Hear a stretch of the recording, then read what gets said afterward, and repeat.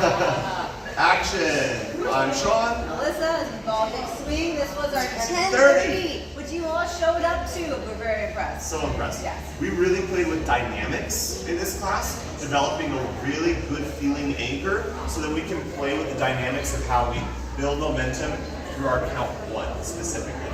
So first focusing on the anchor, third foot position, finding that we find length through our body on 5 and 6. We find length first. Extension through that left side move, right? Then we have that lateral hip swing where we gather the foot and we stabilize over that standing leg. We're not falling back with our shoulders or pulling back in our hips at a baseline.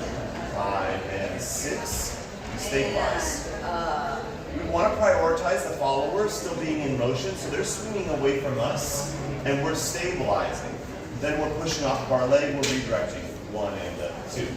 Followers we talked about just making sure that when we anchor, our default isn't rotation through the hip line, that's a disassociation from ribs and hips, but instead it's that lateral swing through to the side. We had our Marianne Nunez inspired drill, which was really good. Take this one home. Leaders close the eyes, followers taking steps, not filling out the connection yet. When you're ready, feeding right side, left side, fill out that space, leaders moving forward.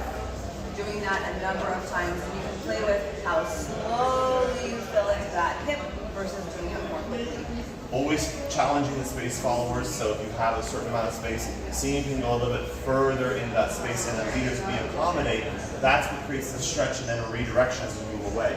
Followers are staying in motion, leaders are slowing down that backwards motion and then turning it, transitioning it into forward motion. We're catching, and then we're sending. We're catching softly and we're sending, right? So followers never stop. You're always moving, it's just really small.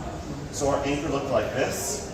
5 and 6, the followers continue to go away into that hip. We give them space for that by accommodating through our frame. Stabilized over that free leg. We gathered our foot in, and then we played with our one. Natural one being that we allow our spines to move from the outer edges of the partnership to that inner edge on the end. So we release into one.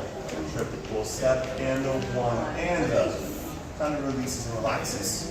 Then we had that more driven feeling, driving through 2 counts, bleeding the 1 into 2. Thinking about keeping both of our spines away from each other for longer. So through 1, 2, releasing on the and after 2. 1, 2, and a 3, and a 4. Followers really prioritizing, let yourself hang, and then we find that release point.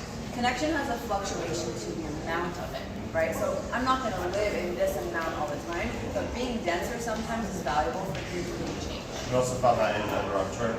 Basic release 1, 1, 2, 3, 4. Delaying that moment. 1, 2, and 3, and 4. Still having to control and manage the timing on the other end. Just because we get more energy, more momentum, doesn't mean we go faster through our timing. We have to use that grace step Alyssa was talking about on the 2 or on the 4 to help us slow down and control how fast we then get to the next step.